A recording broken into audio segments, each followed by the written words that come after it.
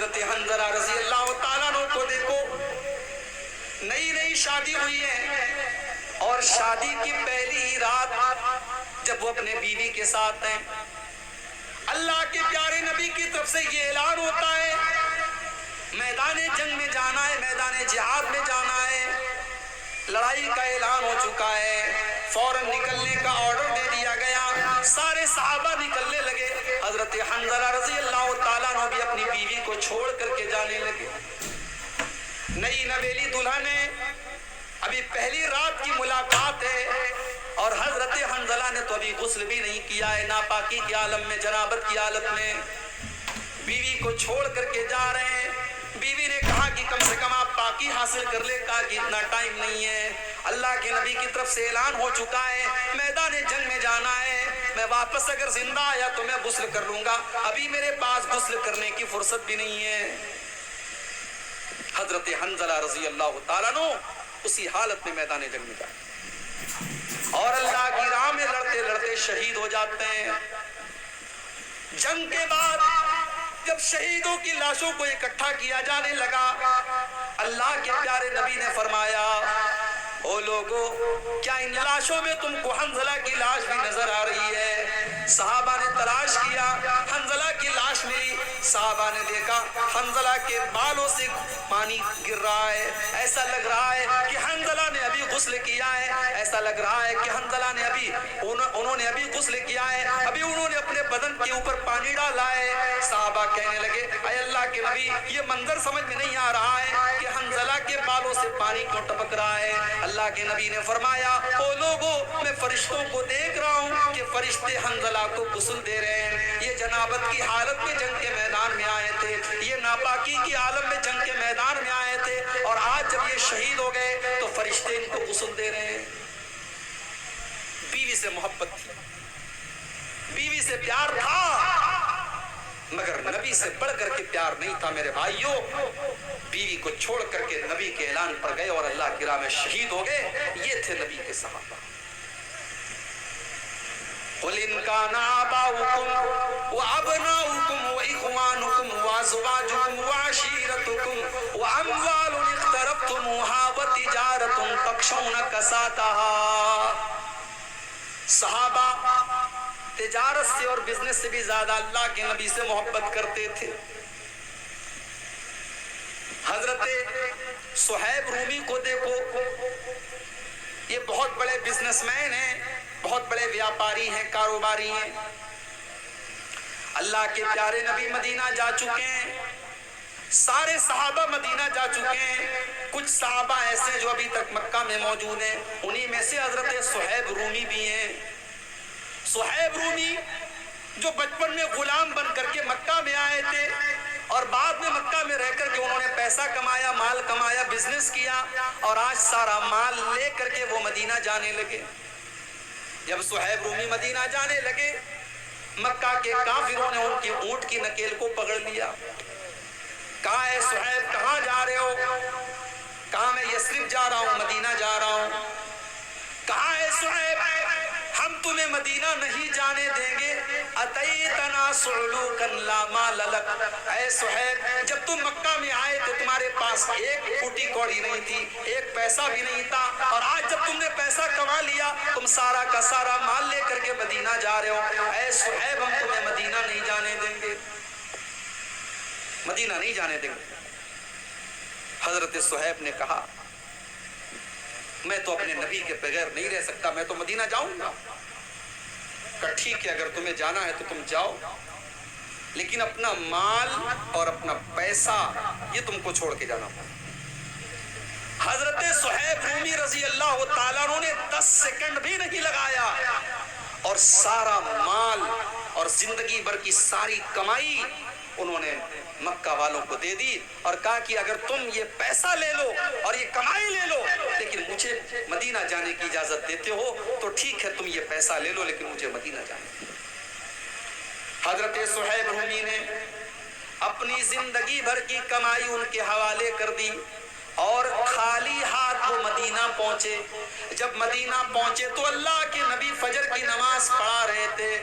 حضرت صہیب رومی جلدی سے پہنچے, وضو کیا, نماز میں شامل ہوئے. جب اللہ کے نبی نے سلام پھیرا, صہیب رومی کو دیکھا, اللہ کے نبی نے کھڑے ہو کر کے صہیب رومی کو گلے لگایا اور آپ نے فرمایا, اے صہیب ربحت البیع ربحت البیع, اے صہیب تو نے بہت فائدے کا سودا کیا ہے, تو نے بہت منافع کا سودا کیا ہے, تو نے کوئی گھاٹے کا سودا نہیں کیا ہے, تو نے سب کچھ قربان کر کے اپنے نبی کا ساتھ دیا ہے, تو نے بہت منافع کا سودا کیا ہے. مال سے محبت ان کو بھی تھی میرے بھائی, ایسا نہیں ان کو مال سے محبت نہیں تھی, ان کو مال کی ضرورت نہیں تھی, مگر ایک محبت ایسی تھی کہ اس محبت پر ساری محبتوں کو قربان کیا جا سکتا ہے, اور وہ محبت تھی رسول کی محبت, وہ محبت تھی اللہ کی محبت. حضرت صہیب رومی رضی اللہ تعالیٰ عنہ نے اپنا سب کچھ قربان کر دیا اور اللہ کے پیارے نبی کے پاس چلے گئے. یہ تھی صحابہ کی نبی سے محبت. ہم کیا محبت کا مطلب سمجھے؟ ہم نے تو محبت کو مذاق بنا کے رکھ دیا.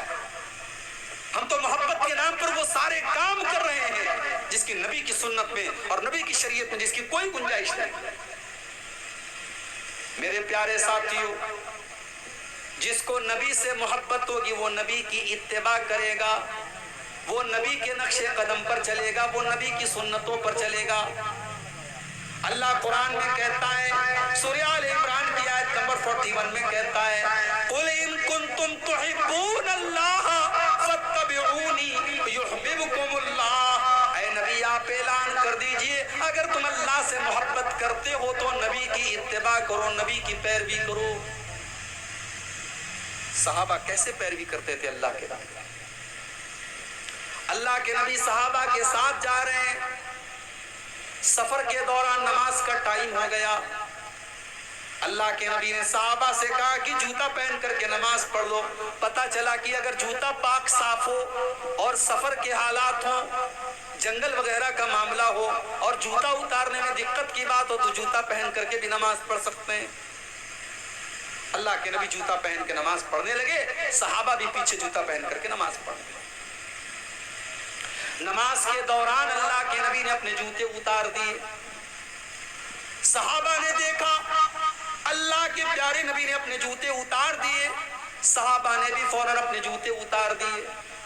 جب اللہ کے پیارے نبی نے سلام پھیرا, آپ نے پوچھا, ما حملکم علی القاء نعالکم, اے میرے صحابہ میں نے تو جوتے اس لیے اتارے کیونکہ جبریل علیہ السلام نے آ کر کے مجھ کو بتایا تھا کہ میرے جوتے میں گندگی لگی ہے, اس لیے مجھے جوتا اتارنا پڑا.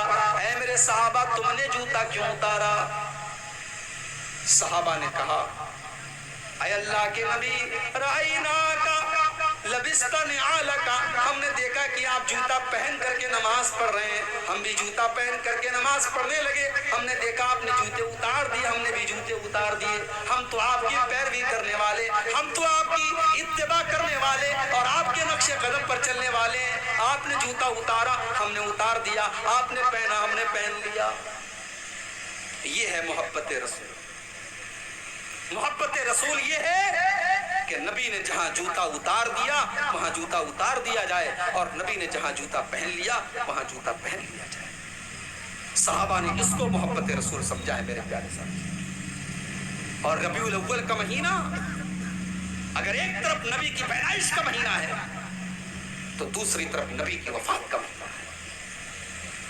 اگر اسلام میں کسی کی پیدائش کی خوشی ہے تو پھر کسی کی موت کا غم بھی ہونا چاہیے. لیکن اسلام ان سب فضولیات سے پاک ہے میرے پیارے ساتھ. اور جس کو یہ یاد ہے کہ ربیع الاول کے مہینے میں اللہ کے نبی پیدا ہوئے, اس کو یہ بھی یاد ہونا چاہیے کہ اسی مہینے میں اللہ کے نبی کا انتقال بھی. اچھا, آپ کو یہ پتا ہے ربیع الاول کے پہلے کون سا مہینہ آتا ہے؟ آپ لوگ بتائیے کون سا مہینہ آتا ہے ربیع الاول کے پہلے؟ معلوم ہے؟ جنوری, فروری, مارچ, اپریل سب کو آتا ہے. اسلامی کیلنڈر کے 12 مہینوں کا نام بھی ہمیں اور آپ کو نہیں پتا. وضع میں تم ہو نصارہ تو تمدن میں ہنود، یہ مسلمان ہیں جنہیں دیکھ کے شرمائے جو۔ آج کے مسلمان کو اسلامی 12 مہینوں کے نام بھی نہیں پتا۔ اگر پوچھا جائے کہ اسلامی کیلنڈر کا پہلا مہینہ کون ہے تو بہت سارے لوگ یہ بھی نہیں بتا پائیں گے پہلا مہینہ کون سا۔ ربیع الاول کے پہلے مہینہ کون سا ہے؟ سفر کا۔ سفر کی آخری تاریخ 28 یا 29 تاریخ، ایک انصاری صحابی کے جنازے میں اللہ کے نبی گئے ہوئے تھے، جنازے سے آپ لوٹ رہے تھے، آپ کے سر میں شدید درد شروع ہوا۔ آپ جب گھر پر تشریف لائے، آپ نے اماں عائشہ سے فرمایا، عائشہ واہ راسا، میرے سر میں بہت تیز درد ہو رہا ہے۔ اماں عائشہ نے فرمایا، اے اللہ کے نبی آج تو میرے سر میں بھی بہت زیادہ درد ہو رہا ہے۔ آپ نے فرمایا، عائشہ لو مت قبلی لغسلتک وکفنتک، اے عائشہ چلو ایک وعدہ تم سے کرتا ہوں، اگر تمہاری موت مجھ سے پہلے ہو گئی، تم دنیا سے مجھ سے پہلے چلی گئی، تمہارا انتقال ہو گیا، تو اے عائشہ میں تمہیں غسل دوں گا اور میں تمہیں کفناؤں گا، میں اپنے ہاتھوں سے تمہیں غسل دوں گا اور اپنے ہاتھوں سے کفناؤں گا۔ اماں عائشہ نے فرمایا، اے اللہ کے نبی آپ تو یہی چاہتے ہیں میں مر جاؤں اور آپ میری جگہ کوئی سوتن لے آئیں اور میرے گھر میں کسی دوسری عورت کو لا کر کے بسائیں۔ آپ نے اماں عائشہ کے ساتھ ہنسی مذاق بھی کیا، لیکن میرے پیارے ساتھیوں یہی دن تھا جس دن سے اللہ کے نبی کی بیماری کا آغاز ہوا، آپ کے مرض الموت کا آغاز ہوا، اور اس بیماری کے اندر آپ 13-14 دن تک مبتلا رہے اور 12 ربیع الاول کو آپ کا انتقال ہوا۔ 13-14 دن تک آپ بیمار تھے، بیماری بڑھنے لگی۔ اسی بیماری کے عالم میں مدینہ سے 10 کلومیٹر دور شہدائے احد کا قبرستان ہے۔ اللہ کے نبی مدینہ سے 10 کلومیٹر دور شہدائے احد کے قبرستان پر جاتے ہیں اور وہاں کھڑے ہو کر کے ان کے لیے دعا کرتے ہیں، یا ایک روایت کے مطابق وہاں کھڑے ہو کر کے جنازے کی نماز پڑھتے ہیں۔ 8 سال کے بعد جنگ احد ہوئی ہے سن 2 ہجری میں، اللہ کے نبی 8 سال کے بعد جا کر کے شہدائے احد کے لیے دعائے مغفرت کرتے ہیں یا جنازے کی نماز پڑھاتے ہیں۔ حدیث کے الفاظ ہیں، اللہ کے نبی ایسا کیوں کرتے ہیں؟ کیونکہ اللہ کے نبی شہدائے احد سے الوداع کہہ رہے تھے اور ان کو یہ بتانے کی کوشش کر رہے تھے کہ اے احد میں شہید ہونے والے میرے صحابہ، میں جلد ہی تمہارے پاس آنے والا ہوں، میں بھی اللہ کے پاس آنے والا ہوں۔ ایک دن آپ اسی بیماری کے عالم میں بقیع کے قبرستان میں جاتے ہیں اور بقیع کے قبرستان میں کھڑے ہو کر کے مغفرت کی دعا کرتے ہیں۔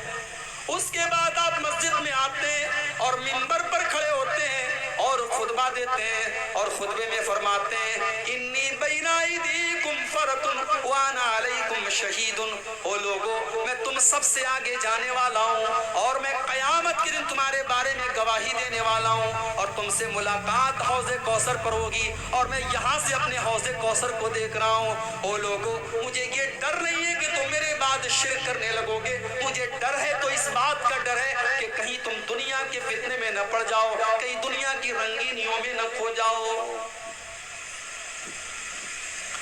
بدھ کا دن آیا، وفات سے 5 دن پہلے سوموار کو انتقال ہوا، سوموار کے پہلے اتوار، اتوار کے پہلے سنیچر، سنیچر کے پہلے جمعہ اور جمعہ کے پہلے جمعرات اور جمعرات کے پہلے بدھ کا دن ہے۔ بدھ کا دن آتا ہے، اللہ کے نبی اپنے صحابہ سے کہتے ہیں کمزوری محسوس ہو رہی ہے، کہتے ہیں 7 الگ الگ کنویں کا پانی لاؤ۔ 7 الگ الگ کنویں کا پانی لایا گیا، اللہ کے نبی نے غسل کیا۔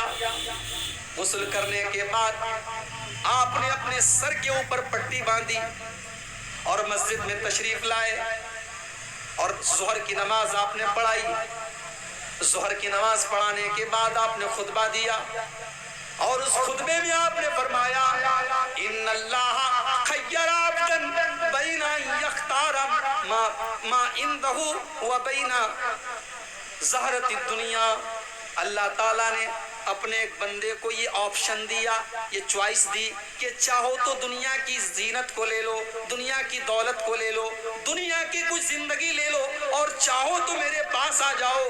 اللہ کے اس بندے نے اللہ کے پاس جانے کو پسند کیا، اور اللہ کا وہ بندہ اللہ کے پاس جانے کے لیے تیار ہو گیا. ابھی نبی نے اتنا ہی کہا تھا، صحابہ کا مجمع بیٹھا ہوا ہے، ابو بکر صدیق بھی بیٹھے ہیں، اور ابو بکر صدیق کی آنکھوں سے آنسو بہ رہے ہیں، اور ابو بکر صدیق کہتے ہیں فدیناک بآبائنا وامہاتنا. اے اللہ کے نبی، ہمارے ماں باپ آپ کے اوپر قربان، ہمارے ماں باپ آپ کے اوپر قربان. صحابہ حیران ہیں کہ یہ ابو بکر رو کیوں رہے ہیں، ابو بکر کی آنکھوں سے آنسو کیوں بہ رہے ہیں، اور ابو بکر بار بار یہ کیوں کہہ رہے ہیں کہ اے اللہ کے نبی ہمارے ماں باپ آپ کے اوپر قربان ہو. صحابہ کہتے ہیں ہم کو یہ بات بعد میں سمجھ میں آئی کہ اللہ کے نبی تو اپنی ہی بات کر رہے تھے کہ اللہ تعالیٰ نے مجھ کو یہ چوائس دی ہے کہ چاہے تو دنیا میں کچھ اور دن میں زندگی گزار لوں، اور چاہوں تو میں اپنے رب کے پاس چلا جاؤں. اور اللہ کے نبی نے دنیا میں اور رہنا گوارا نہیں کیا، اور اپنے رب کے پاس جلدی سے جلدی جانا گوارا کر لیا.